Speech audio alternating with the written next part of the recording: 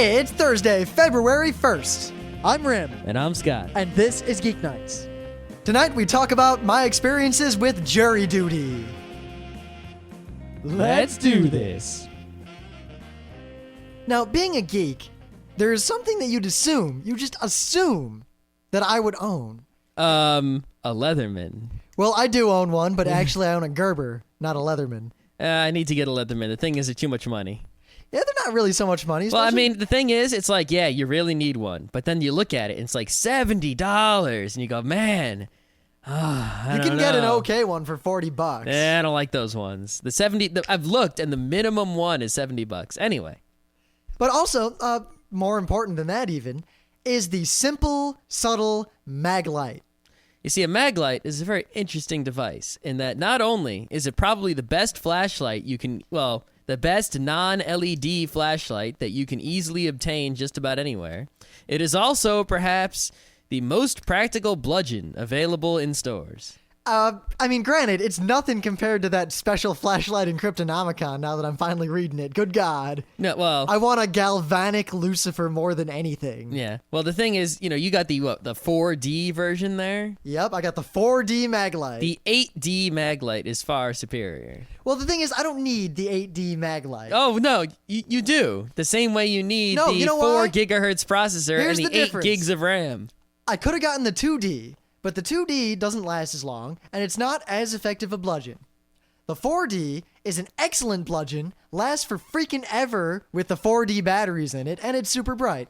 Yeah. Now, here's the difference between the 4D and the bigger ones. The 4D and less, if I'm just carrying it around with me, it doesn't terribly arouse suspicion on its own, and I can conceal it easily. Merely carrying this 4D Maglite does not in and of itself give a police officer probable cause to look for the rest of my burglar's tools.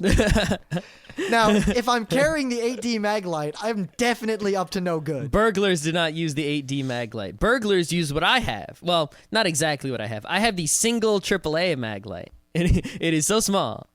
Oh, man, someone could totally make innuendos about Maglite size and... Yeah, well, I'm holding my Maglite right now. But the thing is, my single AAA Maglite is bright silver, and only a crook would get the black one. Yes. Well, I got the black one because it's all Radio Shack had, and I realized suddenly that 1, I have money. Yeah, and 2, I don't own a Maglite. 3, I need a Maglite. I have 2 or 3 flashlights, but they're all shitty, and they're shitty. That's all I got to say. Well, also, considering that at Toricon, I'm kind of planning on skipping out on the con and taking a bunch of people who missed it the first time through the Rochester subway again. Yeah, you go do that. Yeah, well, I need a flashlight and a bludgeon for this, and I have just killed 2 birds with 1 stone. You have indeed. Oh, when is Toricon? I don't know. It's spring, right? March? Something like that? Coming up. February is Katsucon. At the end of February is New York Comic Con if I go to it. March... Toricon? Yeah, I gotta figure it out. The UberCon's canceled, right? Yep, So then after that, there's no conventions until I'm going the summer. Well, there's a bunch of little ones, I think. Well, when's Animazement? I don't know.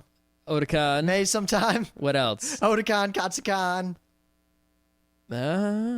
All of a sudden, it feels like a bunch of cons disappeared. Well, no, because we go to all those cons we forget about in the summer, like Kineticon. Right. Anime Next. Are we going to go to Kineticon? Yeah, well, theoretically, they said we could be staff, but they haven't gotten back with us. Okay. Anyway, so today, I didn't go to work, but my work doesn't know that. Uh-huh. Instead, I went to interview for another job. How'd that go?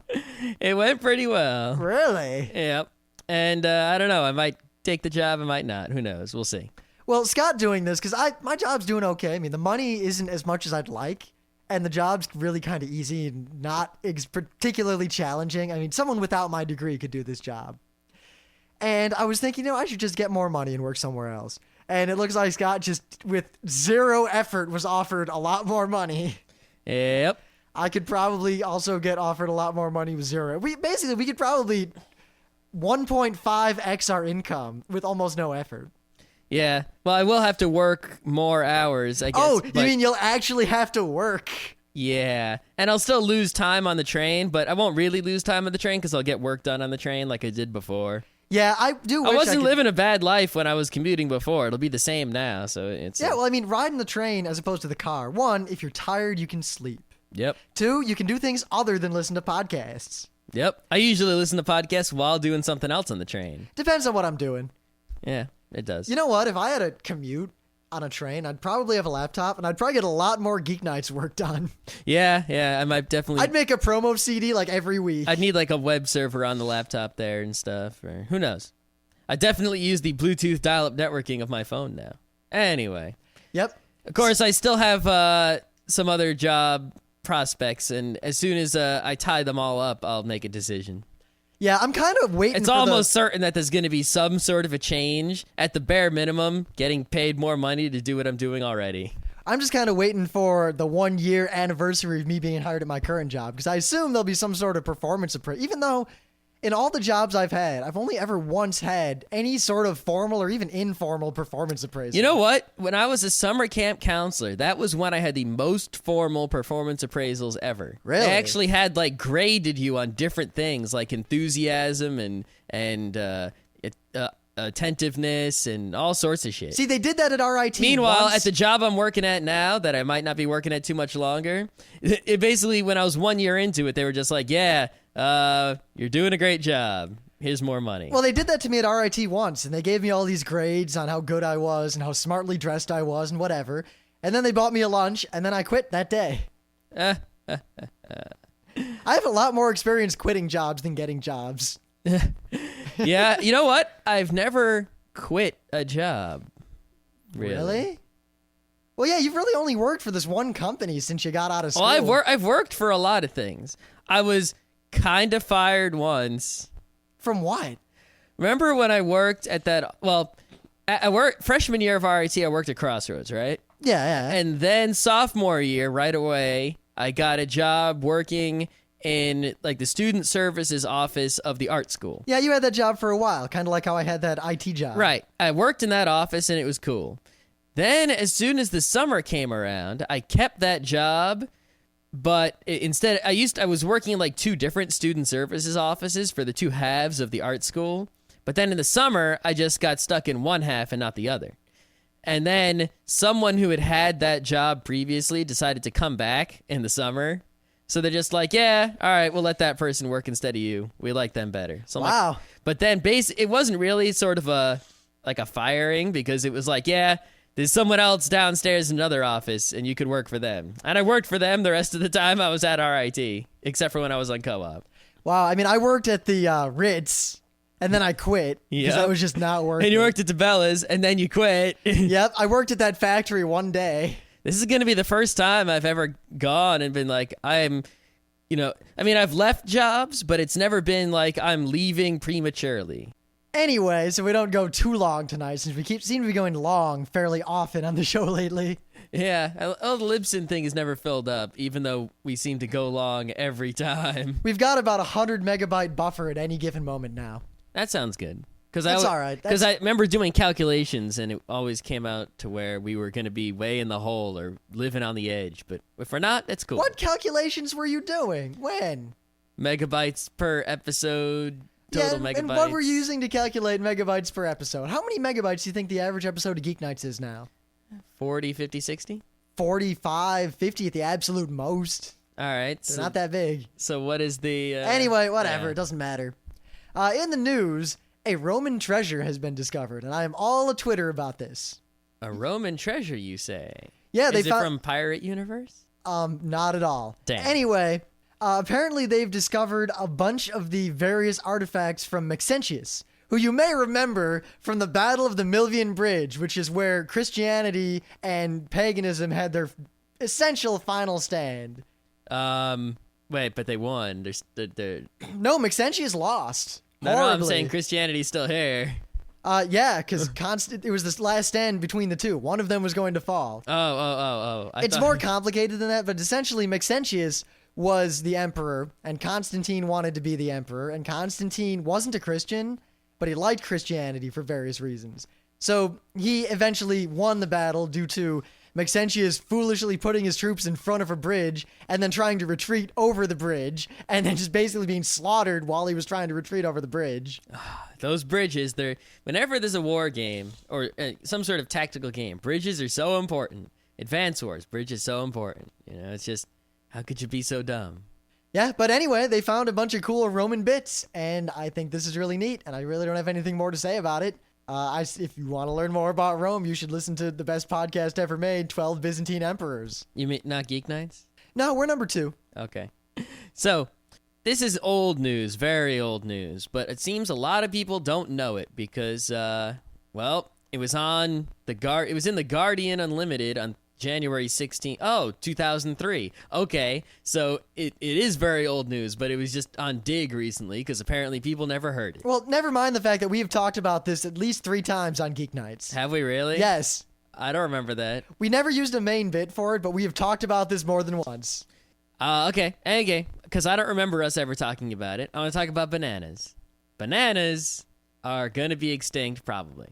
Well, the thing is, they've been saying that for a long time, and they haven't become Well, extinct. let's see. This was in 2003, and they said in 10 years' time. It has been 4 years, and bananas in the store ain't what they used to be, so I don't know. What do you mean? They're the same Cavendish banana. They are, but, like the stores aren't restocking as much. Yeah, they are. I don't know where you're getting this. The bananas at the store near us have been the same as they always are. Oh, anyway. They're a little more green lately, but that's probably just because it's winter. They're always a little more green in the winter. Oh, I guess I never realized stuff like that. Yeah, but bananas are the same. There's no difference in the banana supply as far as we're concerned here in downstate New York. Yes, but, well, I guess now this is new 2003. The only thing, well, okay, let me sum up the banana story just for anyone who hasn't heard it before on Geek Nights. Because Rim seems to think we said this before. We talk about this a lot, both on Geek Nights and in our daily lives. Yeah. Anyway, back in the day, the type of banana that was most common was the Gros Michel banana. Which I really want to try. I've never had one. I never had one either. But the commercial banana plantations were devastated in the 50s because there was a Panama disease. And the Panama disease killed the Gros Michel. There's still some out there, probably, but not many. Well, the reason it was such a bad plague was mostly due to the fact that the Gros Michel was effectively a monoculture. So if there was something that would kill one, it would kill all of them and spread easily. Yes, because bananas, they didn't grow them from seeds the way normal plants grow. The banana trees, they would just split off other banana trees, and they were basically all clones with the same exact genetics. Yeah, they basically originally bred them because people don't like having seeds in their bananas. They wanted them to have as few seeds and as small as seeds as possible, and eventually, bananas just basically didn't have any seeds at all in them. Yep. Anyway, so the Gros Michel died out mostly, but the Cavendish happened to not get killed by this Panama disease. The Cavendish is also a monoculture, and it became the dominant banana, at least in America. Yep, the Cavendish banana is the banana you eat today, but the only reason we still have them is because we spray fungicide on them 40 times a year. Not just that, but there are crazy rules about banana plantations. There are crazy rules, and it's apparently the number one threat is this Sigatoka fungus that will eat all the bananas if we don't eat them first. Now, what's the solution? Well, we can try to get bananas to evolve again. Basically, the only solution up until now, when someone did some trickery that Scott's going to talk about, was to try to genetically engineer seeds back into the Cavendish, or to genetically engineer Cavendishes that are immune to this disease, which a lot of people are against any genetically modified food, and there's a lot of trouble with that as a result, so that really wasn't an option. Stupid people. But anyway, this is a story from 2003, but some Honduran scientists peeled and sieved 400 tons of bananas, and they found 15 seeds for breeding. Yeah, I mean, think about it. It's not perfect that they bred the seeds out, so odds are every now and then a seed might just accidentally get formed. Mm-hmm. But yeah, this is why cloning is bad, and Darwin was right. Well, cloning isn't necessarily bad. Not necessarily bad, but if your species consists entirely of clones and there is no Darwinian evolution and DNA, mutation going on anywhere, that's not good. Well, if you're a monoculture, then whatever one of you is weak against, you're all weak against. Yeah, imagine if every person on Earth had the same DNA because we were all clones of this one banana plant somewhere. Well, if some bacteria finds a sword of +5 against human, that's we're the end of all that. Screwed. The fact that we have all these different DNA, sure, a bunch of people over there have one horrible condition and other people over there have a horrible condition, but as a whole, we're going to keep going. Yeah, I mean, even the bubonic plague, it killed a lot of people, but there were also people who survived it. Yep. All right. course, that might have had more to do with hygiene and such. But hygiene, I think you could link it back to DNAs. Only the smart people, because the DNA made us have bigger brains, and then we were smart, we were able to think of hygiene, et cetera, et cetera. I'm not going to touch that statement because I don't think the people who had better hygiene during the Middle Ages were particularly more evolved physiologically than the people who didn't. Perhaps. But they Yeah, were perhaps more indeed. But they were more evolved than the people from before the Middle Ages who did not have hygiene. Oh, you mean the Romans who had excellent hygiene? Yeah, with their vomitoriums. Yes, the vomitoriums. You actually know what the vomitoriums were used for, or how prevalent they were, or what their purpose actually was? Even if there was only one of them, and it wasn't like I think it was, there was still vomit everywhere. What's wrong with the vomitorium? And you can't tell me the Colosseum had the good hygiene. They didn't swab those gladiators with antiseptic before they got bit by lions. However, you know what the Romans had that a lot of people in the Middle Ages didn't? Aqueducts? Running water, sewers, Yeah. baths. Taking baths is probably the most important part of civilization as far as I'm concerned. Well, Mostly, the Vikings did not take baths. I go to anime cons. And I will tell you now, if you do not bathe, you're not evolved. Oh, burn.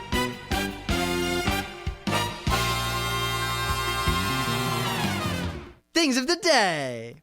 So, one of the biggest problems I have in my life, and I don't have many anymore, is that when You got problems. You just don't know. when I do my laundry, right?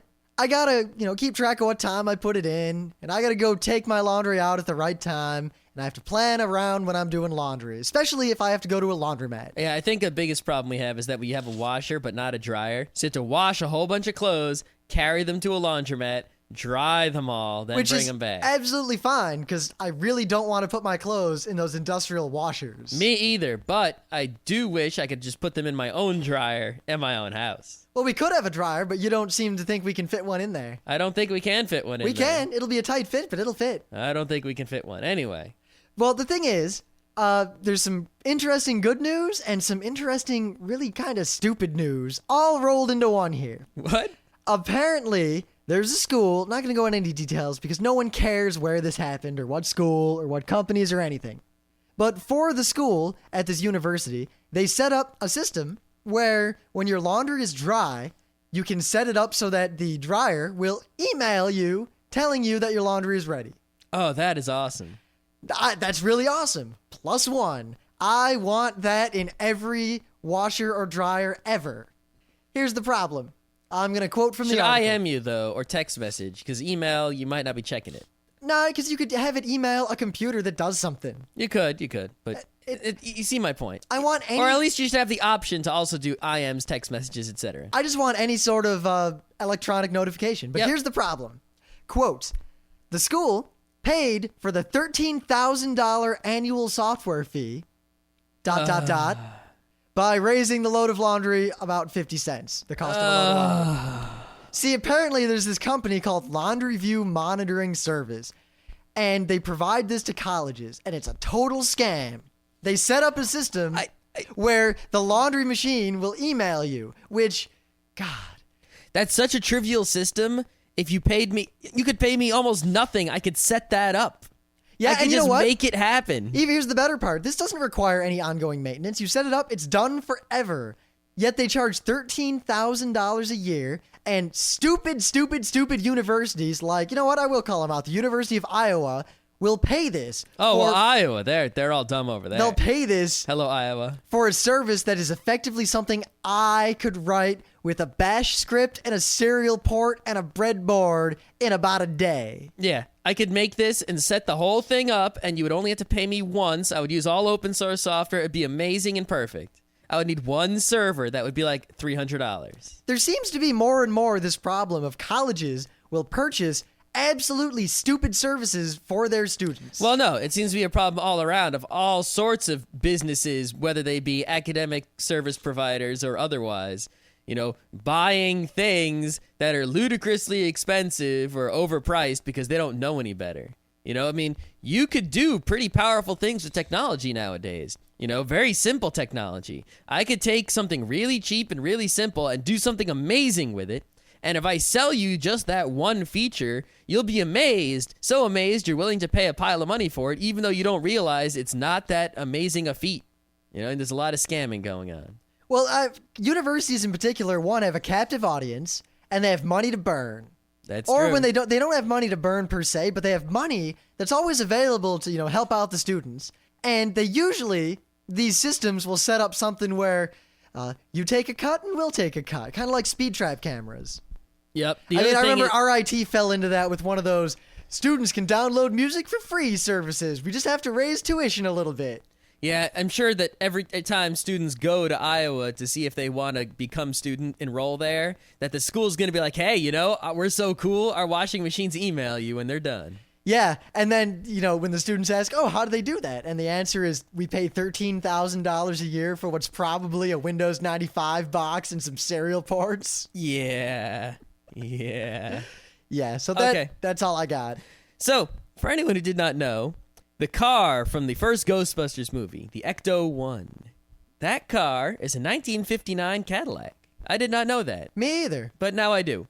Well, did you know that car was also used in the movie The Heat of the Night? I've never even seen that movie. There's a movie called In the Heat of the Night starring Sidney Poitier and Rod Steiger. And this car was in it before it was in Ghostbusters. Of course, it wasn't in its Ghostbusters form. It was heavily modified for Ghostbusters. Oh, so whatever. Yes, it's a very famous car. Apparently, when they were moving the Ecto-1 from one place to another, one time they did it on an open truck as opposed to a closed truck, and it screwed up traffic because everyone stopped to look at it.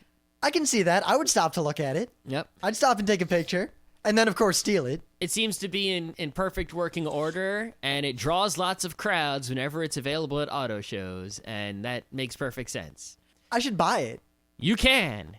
You can purchase the original and only Ecto-1, the one used in the first Ghostbusters movie, the Cadillac, 1959 Cadillac, for $149,998. For a lot less money than that, I could make a car that looked almost like it. Well, it'd be tough to get the 59 Cadillac, but I imagine the 59 Cadillac that isn't Ecto-1 would be less than $150,000. The modifications, I don't know. It might be, it'd be tough to figure out exactly what they modified to get it exactly to nerd specifications I'll of point out exactness. that most people, you could probably make a car that looked half like the Ghostbusters thing, maybe and they'd even totally a quarter, be fooled. and they'd think it was amazing. Yep. People are really easily fooled about things like that, partly because Only the nerds would say, hey, your car does not have the Ecto tank blah blah blah blah blah on it. Obviously, But there aren't many Ghostbusters nerds. No, there aren't. Well, the only thing you really need to get right on the Ghostbusters car is you got the logo on the side, you got to have the thing on the roof, and you got to make it so that when you open up the back, the hatch in the back, that all the power packs slide out, so you can put them on. You don't even need those are the that. three things you need for the Ghostbusters car. You don't need that. You just don't stop. You just drive around town cruising. Yeah, I don't know. I would notice that, and I don't know all the specifications. What do you but mean you would I notice notice that? that was missing? How would you notice? Because those are the three cool features of the Ecto-1. So if the real Ecto-1's there and they just don't decide to open up the back and show you, Well, I can look in the rear window and see that the power packs are not in there. what if I have the power packs in there but they just don't slide out? Huh? Yeah. You might fool me. I'd ask, though. And I'd say yes, they slide out. And then I would believe you because it's your Ecto-1 and you paid $150,000. You have the right to lie. Even though I probably actually paid half that and have a fake everything. Yeah. I mean, if But I those are cross the my I'm streams... just saying that those are the three key features of the Ecto-1. Yeah, I always liked the Ecto-1. As a little kid, I had a model of it, and I loved it. And one day, I threw it down the stairs, and it broke. I didn't have one. I threw it down the stairs as hard as I could. Someone else I knew had a big one. I think I was simulating... You could put action figures in it. It was so big. Oh, yeah, I was pretty big, and I put action figures in it, and I threw it down the stairs. I was simulating some sort of horrible car accident. Good job. And I believe everyone died. Okay. So, this week, I had the wonderful experience of going to jury duty, and I thought I'd talk about that a bit. Since we've talked about juries, jury nullification, drug laws, all those sorts of things fairly often on Geeknights. And now that I've actually gone through the civil process, I am a little bit scared that I will ever be put in front of a jury. Well, I've never had jury duty, but I know about as much about it as the average person. Well, now that I have gone to jury duty, I've learned a number of truths. But first, I'll just tell the story of exactly what happened. So I call Sunday night and they say, you don't have to show up on Monday. Whatever, I go to work. I call Monday night and they say, hello, you have to come in on Tuesday. So I show up at 9:30, which meant I could wake up at like 8:45, 8:50, which was great. Normally I have to wake up at 6 to get to work. Awesome. So I take the day off work. I take a leisurely train up to Poughkeepsie. Now, I'm kind of miffed that I have to pay for parking, I have to pay for transportation. I drive to the train station. I'm looking for a parking space, and I see a guy pulling out of a really close one. So as I'm driving up, he rolls down his window. So I'm expecting him to be along the lines of, hey, I'm going to be right back. Don't take my spot or something. Instead, he says, hey, man, I'm out of here. That space is paid for. Have a nice day. And I was like, you're the man. Awesome. So I park. I buy my little 2-trip train ticket, and I wait for the train, get on the train. No one ever takes the train north from Beacon to Poughkeepsie on a week morning. Well, there are a few people, but No. not many. No. I've seen people do it. I was the only one as far as I can tell, and I didn't even see a conductor. I didn't even need my ticket. No, you didn't. So I got to The ride ticket's for only free. $2 anyway, right? It was $5.50 for a 2-trip. Oh, I thought it was much cheaper than that. No. Anyway. So I didn't have to pay. So I had this train ticket that was unused. Mm-hmm. So I get there, and I go in, and I'm confronted, one, by the fact that I am the only one who showed up on time. Really? Eventually, about 500... I figure if you're gonna show up to jury duty, you'd show up on time. Well, a few people showed up on time, but a lot of people showed up after 9:30. Wow. How, like, we're talking 9:45, we're talking 10:30 here. Like 5 to 10 minutes. I showed up early a little bit because I was afraid that something bad would happen if I was late. Oh, okay. Well, 5 to 10 minutes isn't really a big deal. Yeah, so I think they expected. planned on starting everything at 10. And the commissioner of jurors for the county or whatever comes out and he introduces Huh, himself. how do you get that job? I don't know, maybe it's elected? Maybe. Now, they also went to great pains to explain that normally they would pay for your parking. In fact, they'd love to give us free parking. But apparently, the county of Dutchess and the state of New York have a very adversarial relationship with the city of Poughkeepsie, and the city refuses to accommodate the courts in any way. So the town of Poughkeepsie's cool, but the city sucks? The town of Poughkeepsie is very upscale and very nice. We couldn't afford to live in many places in it, even now. All right. The city of Poughkeepsie is essentially a hellhole. Ah. I mean, God, we went up to a heavy metal show in Poughkeepsie one time, and they were like, woo, Poughkeepsie, and no one really cheered. And then they're like, where are y'all from? And everyone was from out of town. Yeah, they're like, who's from Poughkeepsie? Like 3 people, like, woo! Yeah, and And it was in Poughkeepsie. and the band was like, what? Like, imagine if you went to a show in, say, Chicago, and you're like, yeah, Chicago, woo! Rock and roll. And people would be like, yeah! And you'd be like, who here's from Chicago? And most people would be like, me! You know, you'd ask who's not from Chicago, and 3 guys would go, woo!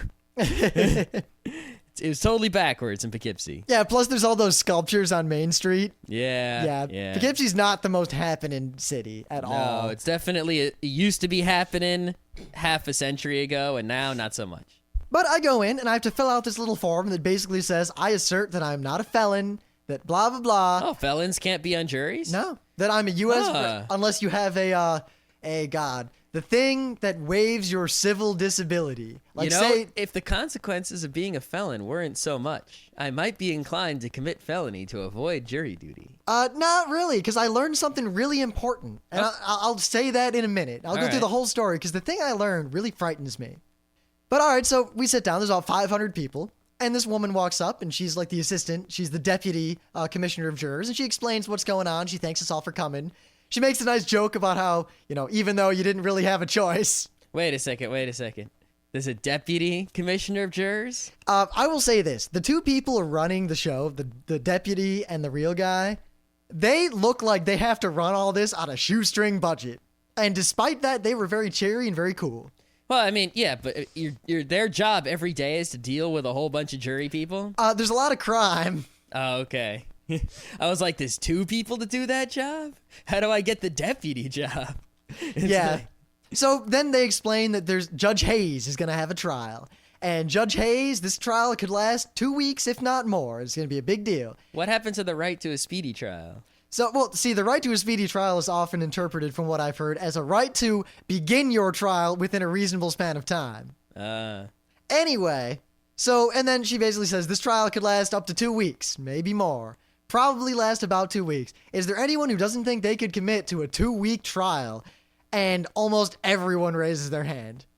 Of course. And I actually didn't raise my hand because I thought it'd be kind of cool. I don't really care. I'm interested in the process. All right.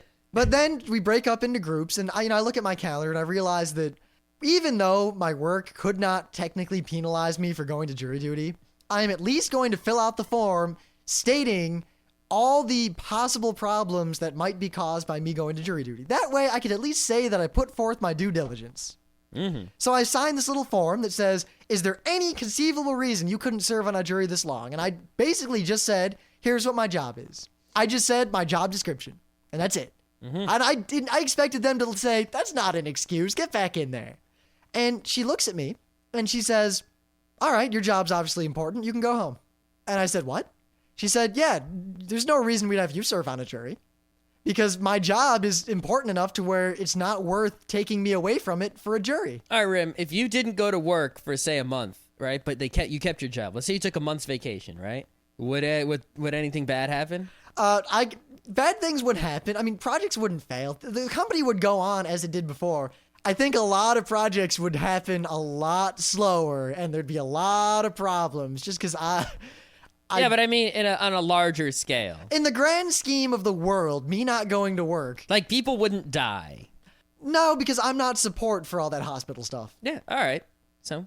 But no, and basically what I got out of this, and from looking at the other excuses people were giving, was that if you have a job of any note whatsoever, if your job is anything at all, they'll excuse you like that.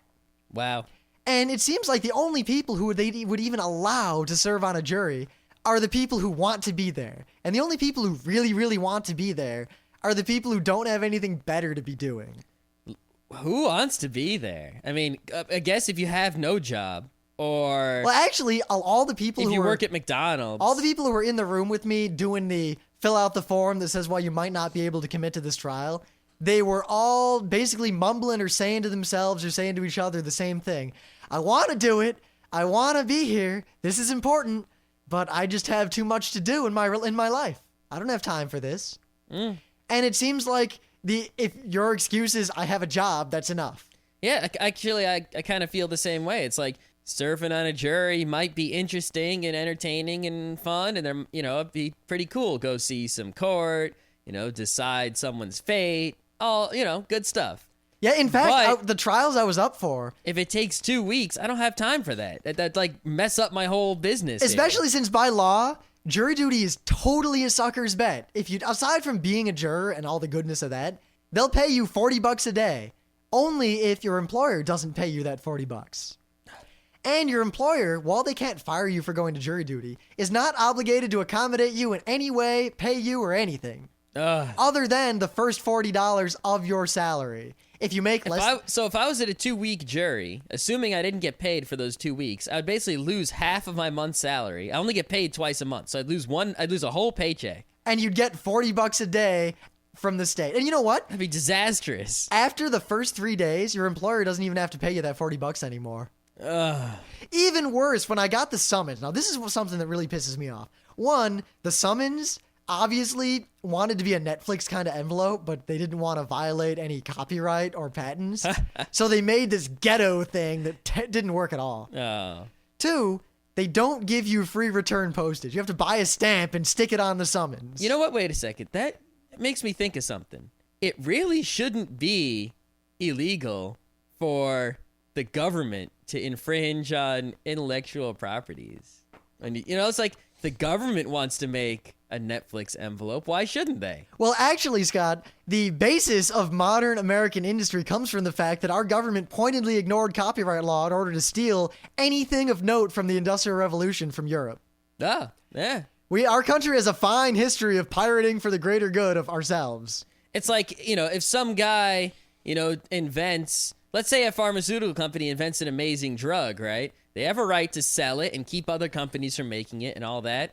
But if there's some sort of need for it, because usually you don't want the government involving itself in business, but if there's a sudden outbreak, the government should be allowed to mass produce that shit all at once. But anyway, yeah. Here's the even worse part. The only notice that I am going to be on a jury is the summons that comes about a week and a half before I'm supposed to show up. Now, it comes just normal mail. I have often gone out of town for 2 weeks or more. If I had happened to have been out of town when this arrived, like say this arrived the Wednesday before Otakon, right? I would have come back from Otakon in the shore to find that I had violated the law by not showing up to a jury duty summons. Wow.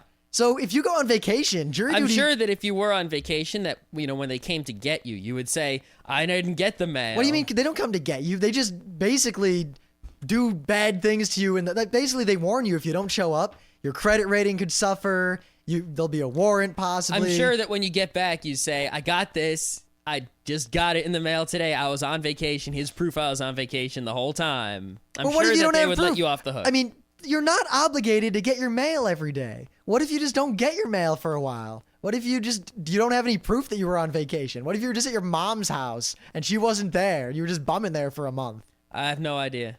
It's kind of annoying that they don't really think these things through. No. But the one nice thing, even though I had to call this number every night to find out if I had to show up the next day, they had the call-in message on the website. So I just go to the website every night. Oh, that's cool. Yeah, that was kind of cool. That part was well done. The government actually taking advantage of technology. Amazing. Now, I noticed two interesting things when I showed up. The first thing was that most people seemed to be at least minimally smart. They were smart enough to understand the instructions of jury duty and to show up. About 10% of the people there just totally fucked it up. They just had no idea what was going on and they couldn't follow the simple instructions. There were people who showed up and the person was like, didn't you call the call-in number? We said specifically you don't have to show up. And their excuse wasn't, oh, I didn't call the number, or, oh, whatever. Their excuse was basically, I didn't understand the call-in message, so I figured I should come in. Wow. The call-in message was effectively, if your number is between 1 and 500, come in tomorrow at 9:30. Wow. Yeah. The other thing I noticed was that the average age, what do you think the average age of the people there was? It's probably mostly older people. I think the average age was over 50. There was one girl who looked like she was like 14, so she must have just barely turned 18. And there's this one kid who looked like he was 19. And then I was the next youngest person. And every single other person was at least in the late 30s. And most of them looked like they were in their 40s or 50s. And this is out of about 600 people. Well, I guess I know that I probably should, my odds of getting jury duty increase as I get older.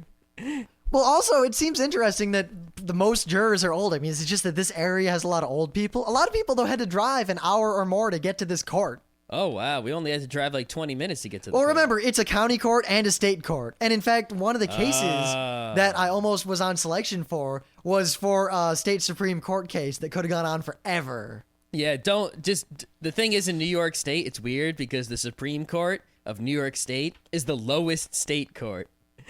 It's totally backwards. Yeah, now it's like if you commit a state crime, the first court you go to is the state Supreme Court. There was a chance, I had a suspicion that one of the trials that was going to go on was the crazy murder case that happened in Fishkill. Yeah, I don't know. I think that might be coming up soon. I don't think it was one of those ones. Yeah, well, the thing is, it sounds like the big case. They were doing the jury selection well ahead of the case, and it was even the commissioner couldn't really tell us anything about it. It was all kind of hush-hush. So maybe they were getting ready for it because they knew it was going to come in the future. Now, they also made a point of telling everyone very specifically not to talk at all while we were there about anything, to anyone. Oh, you mean anything that related to No, jurying? just don't have conversations among yourselves until the trial itself, because you don't want anyone to have any sort of pre-existing relationship. Oh, okay. So you can't even say, hi, how you doing? My name's Rim. Now, the other interesting What do you do thing, for a living? That's nice. How's the weather? Most people didn't seem to bring any form of entertainment with them, and they basically just sat there quietly.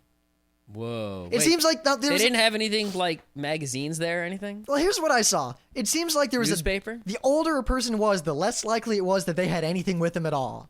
Mm-hmm. Except all the old people brought their own pens and paper and all that stuff. They brought supplies for, jury duty. But they didn't bring any form of entertainment. The younger the person was, the more likely we were to have something. By and large, people had New York Posts and just, little newspapers and magazines. I was the only person in the room who had a book. Did you see a DS? Didn't see a single video game system. Anyone play a game on a cell phone? Nope, I saw nothing but newspapers and magazines. I had a book and another book and my DS. Laptops? One woman, actually, they were explaining what you can do during a trial. And she asked if there was any way we could get internet access over the lunch break to check on our stuff. And the answer was basically, internet? Blackberries? I didn't see any. Yeah, see, my aunt went to court for jury duty like a while ago, and she said they had like a little room with some computers that had some internet access. Oh, we didn't. You could use while you were waiting. Like, there were only a few of them, but Poughkeepsie doesn't have anything like that. Something. Actually, the lady said to the woman, well, if you have a laptop and you can find a jack that works or a wireless signal, go nuts. Oh, okay. She didn't know, there were jacks all over the room and she didn't know what they were. Alrighty then. I thought about inspecting them, but I didn't want to draw attention to myself by standing up and poking around the room. Yeah, then you would have a pre-existing relationship. You'd be the weird guy. Yeah, I was weird anyway. God, everyone there was so... It's hard. I don't know how I could explain it. I mean, I don't want to be derogatory, but everyone was so just totally mundane. Mm-hmm. No one had anything interesting other than the 19-year-old. Maybe it did have something interesting, but they couldn't because they couldn't talk to you. Oh, yeah. I mean, I'm not saying they weren't interesting people, possibly, but everyone looked so generic. Like, they looked like generic people. Maybe the process is working. Like, the process is supposed to make you... I stood out like a sore thumb. I'm a guy with a day's stubble, long hair, untied, wearing a trench coat, carrying the God Delusion and Cryptonomicon, playing a DS with earrings. Awesome. Everyone else was like frumpy, wearing, just boring, normal clothes. Everyone had like a standard jacket. Anyone who talked at all when they walked in was just making small talk about the weather. So what happened next? Well, they sent me home because I have a job. And then? And then I was on call for the rest of the week. I have to find out if I'm going to show up tomorrow for my last day, but regardless, I have fulfilled my duty, and I am not eligible for jury duty again for 6 years. So how old are you now? 25? Yeah, so when I'm 31. So now here's the thing. When I'm 31, I will have at least the same kind of job I have now, if not a more important job. I cannot serve on a jury unless they change the rules, or maybe the people who make these decisions change the way they decide, but basically I was told that because of my line of work, I am free to leave jury duty at any time. Well, you know who could go on juries? Like, the immediate thing is like, okay, the people who are probably going to be on juries are people who don't have jobs, like homemakers or whatever. People who work at shit jobs like McDonald's or unimportant jobs. But also really rich people who don't do anything but live off their richness. Oh, if I was rich, I would have stuck around and tried to get on that jury. Yeah. So it's kind of weird. It's like people with, normal, productive people, the kind of people that are probably peers are the kind of people that are least likely to end up on juries. Yeah, Mostly it's going to be poor people and rich, idle people. This is going to sound horrible, and I'm saying this more to be funny than to make an actual point. If a jury for a crime is going to be a jury of your peers, and generally lower class poor people are going to be on juries, that might just be a jury of your peers in most cases. Yeah. Considering crime demographics. Yeah, but if someone like me goes to, have a trial for, say, skipping jury duty. Here's another interesting thing that I noticed. There were almost no black people. Really? And yet I know there are a lot of black people around here. There's also a lot of Mexican people around here, but there were almost no Mexicans. Well, I don't know. You could possibly explain the Mexicans by saying there's illegal immigration going on, even though I know not all of it is illegal. Yeah, though actually at work today, I drove past a street corner that obviously had all the day laborers waiting for people to pick them up. Wow. But yeah, that's just kind of weird. There's no way they can know when they mail out to send the summonses. I don't know. I thought it was interesting. I mean, it's not like everyone has those names that it's like, haha, my name obviously gives away my race and creed. I thought of a bunch of funny names, but... Yeah. Anyway. We'll say a Jewish one. Avi. Avi Goldsteinberg. Yeah. My name's Avi. That is the stone. Yeah. Or Donna Chang. Steen. Okay. Yeah. All right. But yeah, my jury duty experience basically just taught me that I will never get a jury of my peers because no one in my line of work will get jury duty unless maybe, I guess there's a chance that the jury duty place I went to, or maybe just this court, is weird and maybe it's different elsewhere because the whole time, even there. Yeah, I'm sure if you went to like a court and say, where's a really happening place? Like Austin, Texas, or Where else is happening? I don't know, New York City. Nah, New York City's not so happening. You'd get a crazy mix of people there. San Francisco or L.A. Maybe the local court in one of those rich suburbs somewhere. Yeah. So like the town court in the rich suburb or something like that. I'm sure if you went there, then you would get a totally different mix of jurors. Yeah, but I'm gonna I think ask. this speaks more about Poughkeepsie than it speaks about juries. Yeah, but I want to ask all of you out there, because the person who decided that I was free to leave jury duty obviously knew what she was talking about and was well versed in how juries work.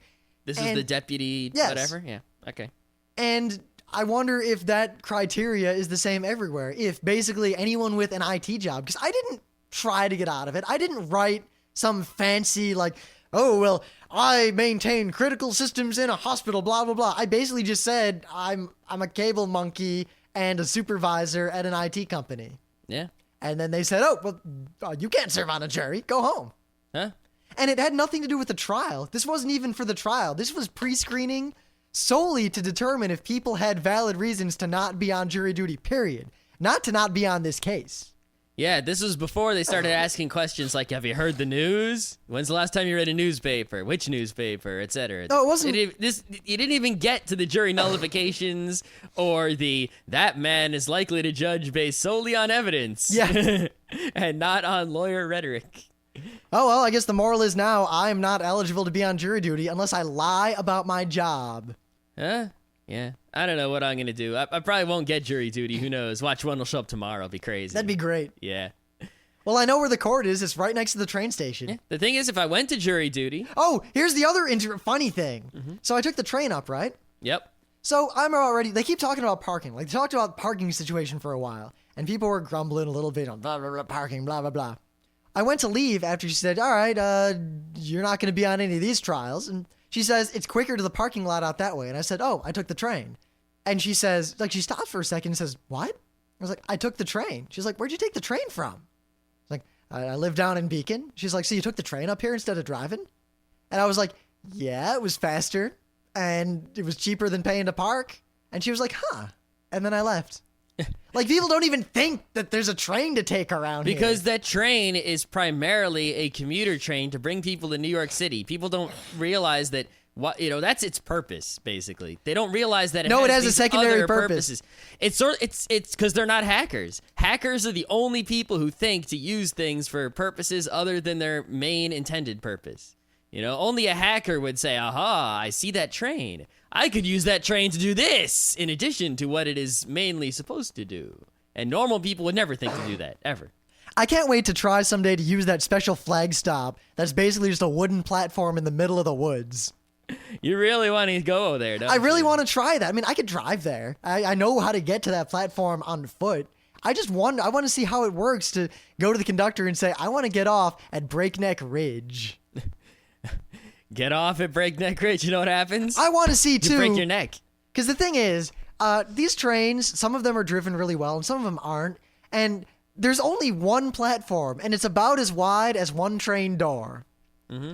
I want to see if whoever's riding the train that day can actually hit that platform so I can get off easily. I imagine they'll miss it slightly, or they'll slow down before it and then creep up to it, and then the engineer, not the conductor, not the engineer. The conductor will flag the engineer and tell him when to go, stop. And that's how they'll get it lined up. Yeah, because I know all the other stations have electronic signals. I don't think that one does. No.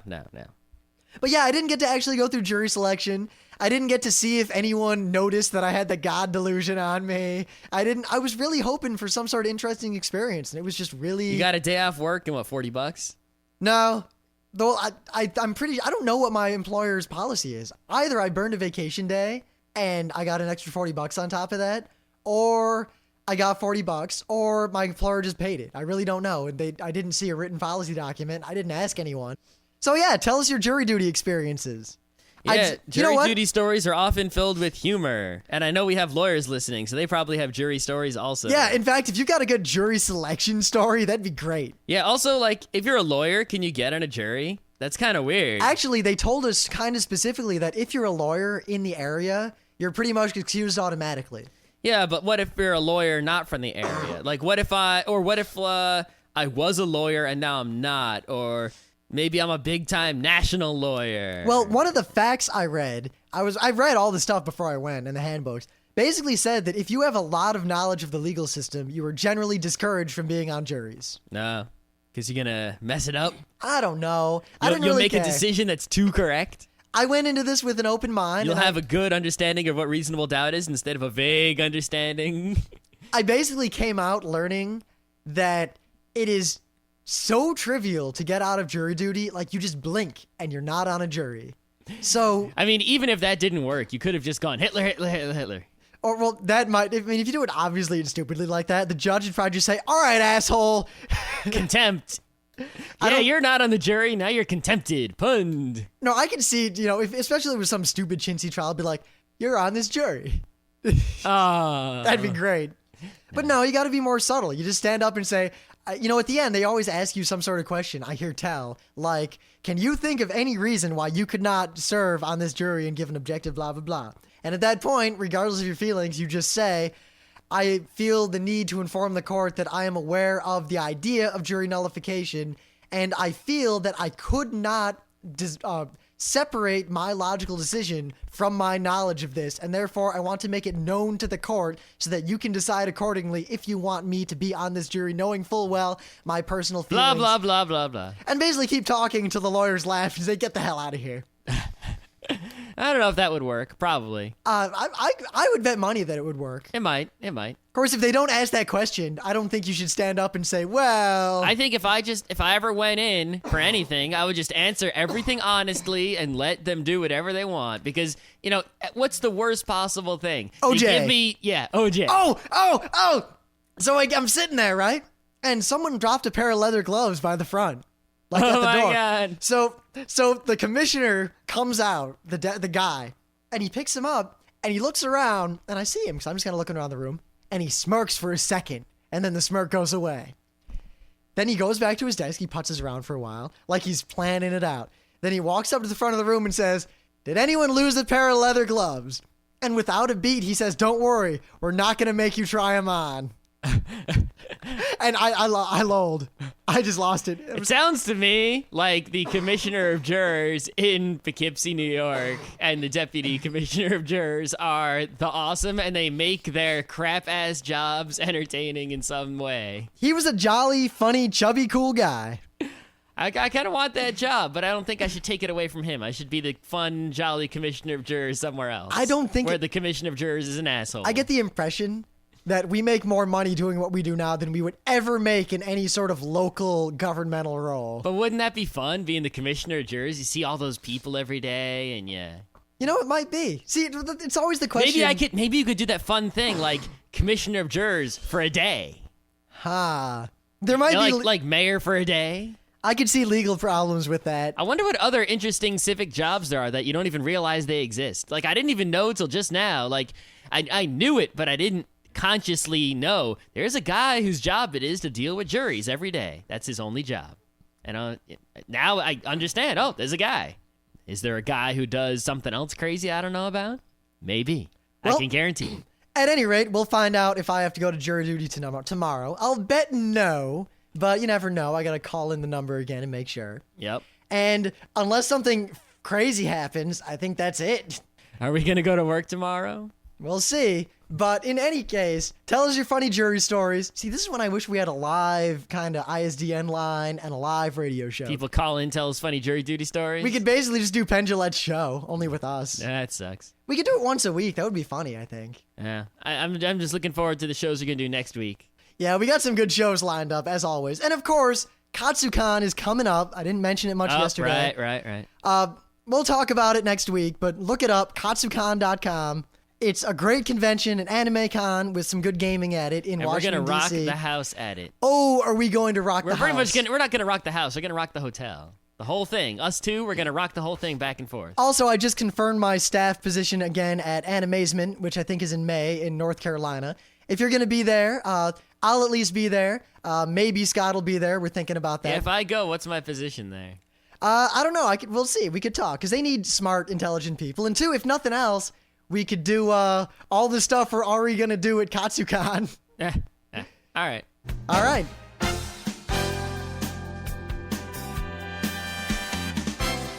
This has been Geek Nights with Rim and Scott. Special thanks to DJ Pretzel for the opening music. Be sure to visit our website at www.frontrowcrew.com, where you'll find show notes, links, our awesome forum, a link to our Frapper map, and links to all the RSS feeds. We say feeds plural because Geek Nights airs 4 nights a week, covering 4 different brands of geekery. Mondays are science and technology. Tuesdays, we have video games, board games, and RPGs. Wednesdays are anime, manga, comic nights. And Thursdays are the catch-alls for various rants and tomfoolery. You can send us feedback by email to geeknights@frontrowcrew.com. Or you can send audio feedback via audio. Just click the link that says Send Me an Audio on the right side of our website. If you like what you hear, you can catch the last 100 episodes in iTunes or in your favorite podcatcher. For the complete archives, visit the website, which has everything. Geeknights is distributed under a Creative Commons Attribution Non-Commercial Share-alike 2.5 license. This means you can do whatever you want with it as long as you give us credit, don't make money, and share it in kind. Geeknights is recorded live with no studio and no audience. But unlike those other late shows, it's actually recorded at night.